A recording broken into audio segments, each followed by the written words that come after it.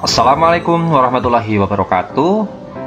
Para siswa lan viewers saking channel YouTube Fariswan Jawa, wonten ing video menika mangke Pak Faris badhe miwiti materi ingkang kaping kalih kangge kelas sedasa lan kelas 11 nggih.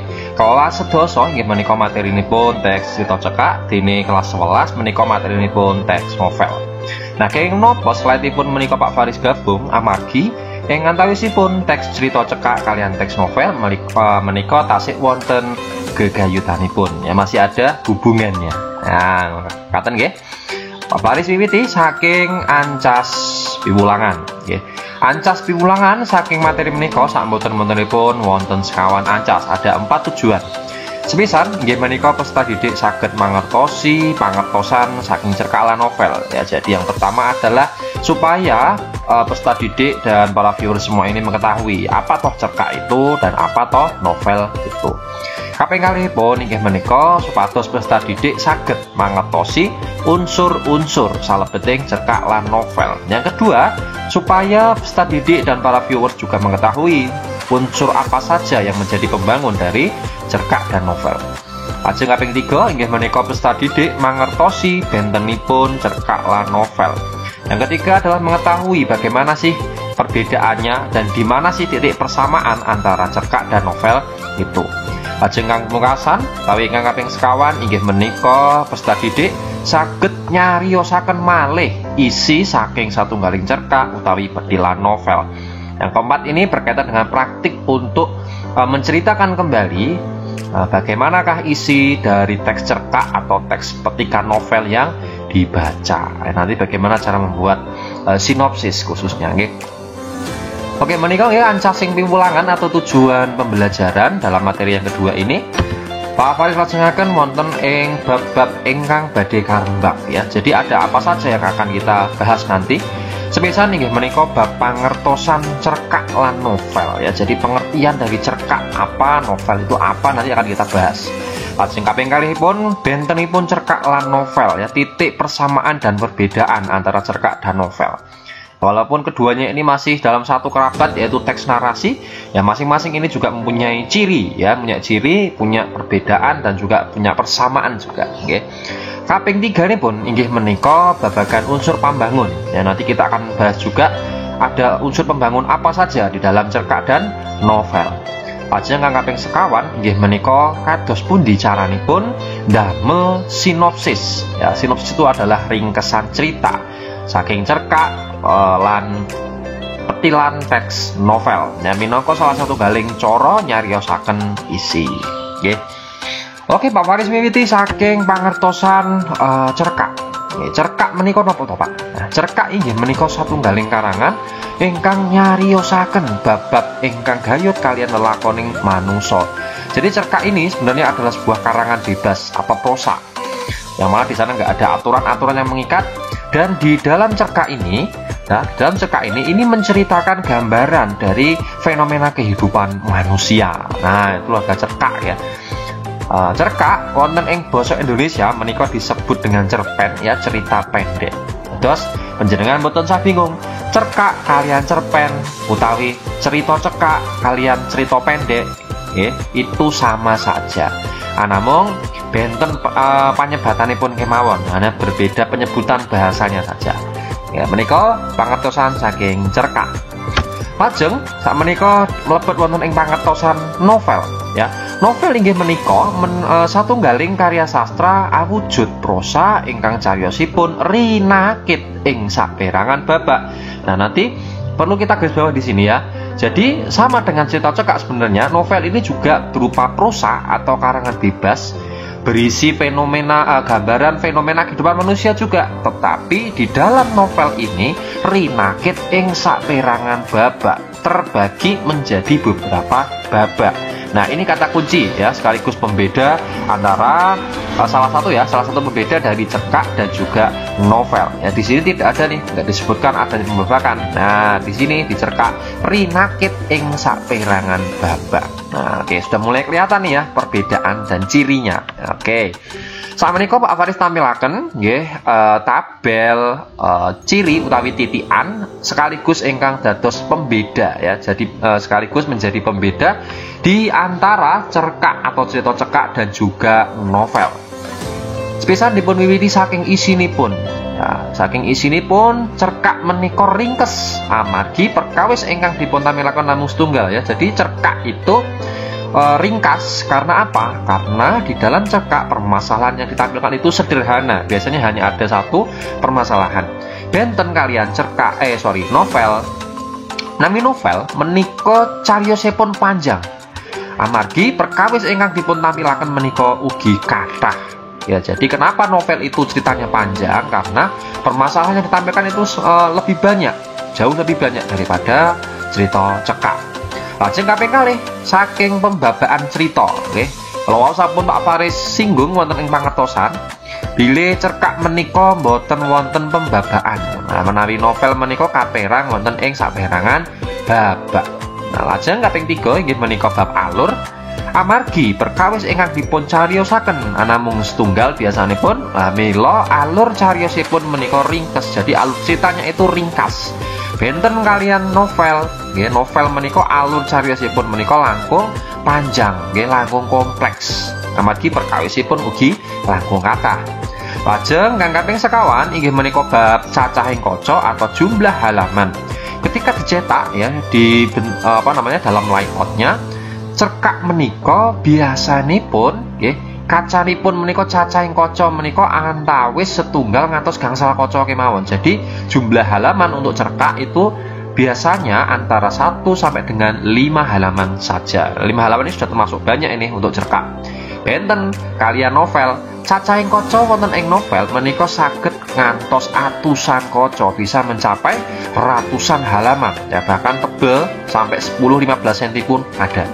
Ya, itu dari segi cacahing kaca atau jumlah halaman. Lajeng kaping gangsal inggih menika bab paraga utawi tokoh nggih. Paraganipun wonten ing cerkak menika namung sekedhik. Benten kalian novel ingkang paraganipun langkung kathah nggih. Lajeng ingkang pungkasan inggih menika wekdal anggenipun ngrampungaken nggih, ngrampungaken maos nggih maksudipun. Menawi wonten ing cerkak menika boten betahaken wekdal ingkang dangu. Menawi panjenengan maos cerkak ya, ketika membaca cerkak dengan novel itu waktu penyelesaiannya itu akan lebih singkat ketika membaca teks cerita cekak daripada novel.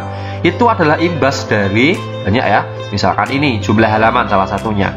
Cerkak hanya 1 sampai dengan 5 halaman, sedangkan novel mencapai ratusan halaman ya, bisa sampai ratusan halaman ya. Kalau di logika kan akan jauh lebih singkat yang cerita cekak daripada novel ketika kita menyelesaikan pembacaannya. Nggih, menika titian sekaligus pembeda nggih, titian sekaligus pembeda saking cerita cekak lan novel ya.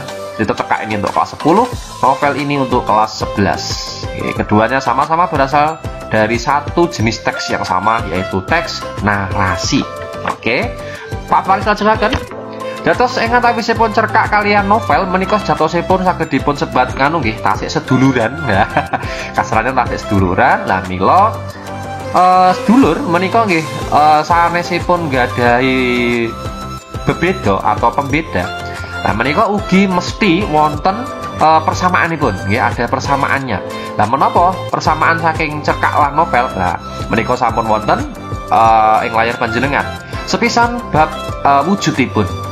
Dados antawis cerkak kalian novel menika wujudipun sami-sami nggih arupi prosa utawi gancaran atau karangan bebas. Berbeda dengan materi sebelumnya ya, teks tembang misalkan nggih. Lah menika itu ada aturan yang mengikat ya di sana.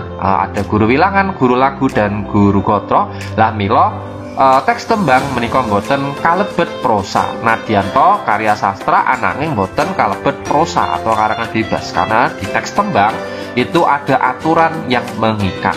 Nawi cerkak kaya novel mboten wonten nggih, bebas sak senenge sing gawe. Nah menika ingkang sepisan. Lajeng kaping kalihipun nggih menika nggadahi paraga utama lan tambahan. Jadi baik di cerkak maupun novel ya pasti nanti akan ditemukan tokoh utama dan juga tokoh sampingan atau tokoh pembantu. Kaping 3 kekalihipun nggadahi unsur pambangun ingkang sami. Nah jadi baik cerkak maupun novel itu dibentuk dari dua unsur yang sama, inggih menika unsur intrinsik lan unsur ekstrinsik yang akan nanti kita bahas di slide berikutnya. Lajeng kaping sekawan inggih menika kekalihipun ngemot pitutur ingkang saged dipun pendet dening pamaos. Keduanya mempunyai atau memuat nasihat atau amanat yang bisa diambil hikmahnya oleh para pembaca. Lan sak piturutipun dan lain sebagainya. Kalau panjenengan nanti menemukan persamaan lain saged dipun tambahaken wonten ing mriki nggih. Menika lajeng bab unsur pambangun. Kalau sampun Pak Faris andharaken sekedhik bilih unsur saking cerkak lan novel menika sami, inggih menika kaperang dados unsur intrinsik lan ekstrinsik. Unsur intrinsik inggih menika mapan wonten ing salebeting teks. Ada di dalam teks cerkak maupun teks novel. Menika ingkang kalebet unsur intrinsik inggih menika tema, latar utawi setting, terus alur utawi plot, wewatekan utawi penokohan, lelewaning basa atau gaya bahasa, punjering cerita atau sudut pandang pengarang lan pitutur atau amanat. Nah, menika intrinsik. Ini semua ada di dalam naskah nggih, wonten ing salebeting teks. Benten kalian unsur ekstrinsik nggih. Unsur ekstrinsik ini adalah segala hal yang mempengaruhi utawi mangaribawani nggih. Mangaribawani penulisan satunggaling karya sastra atau hal-hal apa saja yang mempengaruhi penulisan atau penciptaan sebuah karya sastra. Nah menika ingkang kalebet unsur ekstrinsik inggih menika latar belakang masyarakat nggih, terus diri penulis menika piyambak nggih, kondisi saking dirinipun penulis menika piyambak nalika karya menika didamel, lan nilai-nilai kang kaemot dan juga nilai-nilai yang dipercaya yang diyakini oleh si penulis. Ya, begitu nggih. Misalnya nih, Pak Faris hidup di lingkungan masyarakat yang berlatar belakang agraris atau petani, okay, yang dekat dengan pertanian. Ketika Pak Faris menjadi seorang penulis, tentu nanti tulisan Pak Faris akan berbeda dengan rekan saya, misalkan yang mana latar belakang kehidupannya itu adalah masyarakat pesisir yang bekerja sebagai nelayan misalkan. Nah tentu akan berbeda inspirasi yang didapatkan. Semanten ugi menawi Pak Faris Pak Faris menika meyakini atau melestarikan ya atau memegang teguh nilai-nilai budaya Jawa. Nah, ketika Pak Faris sudah dipengaruhi oleh nilai-nilai di dalam budaya Jawa, tentu karya Pak Faris menika mangke bakalipun benten kalian karya saking kancanipun Pak Faris ingkang misalipun saking latar belakang nilai-nilai budaya Minangkabau utawi Padang misalkan, utawi saking Madura misalkan. Nah, menika mesti benten ya, akan ada pengaruh yang berbeda antar karya yang diciptakan tersebut. Yalah, pengaruh itulah yang disebut unsur yang termasuk di dalam unsur ekstrinsik. Ya. Lajeng Pak Faris badhe njlentrehaken nggih katerangan bab unsur intrinsik. Nadyanto mungkin mbok bilih panjenengan menika sampun nate mangatosi nanging mboten menapa. Mugi panjenengan mangke saged langkung emut malih lah, lebih ingat lagi. Sepisan nggih menika tema, ya tema menika ngemot ide pokok. Ya, ide pokok cariyos atau permasalahan utama yang ada di dalam cerita, baik cerita pendek maupun novel. Menika tema, grand idea-nya ya tema. Lajeng kaping kalih nggih menika latar utawi setting. Latar utawi setting menika gegayutan kalian tigang perkawis ya, berkaitan dengan tiga hal. Sepisan inggih menika wekdal atau waktu. Kaping kalihipun papan lan kaping tiganipun inggih menika swasana. Jadi ada waktu, tempat dan suasana kejadian ya. Suasana dalam cerita wekdal paminipun esok nggih, wanci esok, awan, dalu, sore nggih dan lain sebagainya. Papan kedadosan nggih saged wonten ing pundi kemawon, wonten ing sekolah, wonten ing laut, wonten ing pundi-pundi kemawon nggih. Pokoknya semua tempat yang disebutkan dalam cerita itu berkaitan dengan papan utawi latar papan.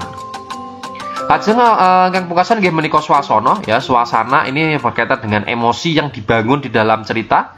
Misalkan suasana bunga, susah, nggih, nrenyohaken nggih dan lain sebagainya. Nah, menika. Lajeng kang kaping 3 alur utawi plot. Menika ngemot rerangkening kadadosan cariyos. Jadi ini berkaitan dengan bagaimana si penulis menceritakan isi ceritanya.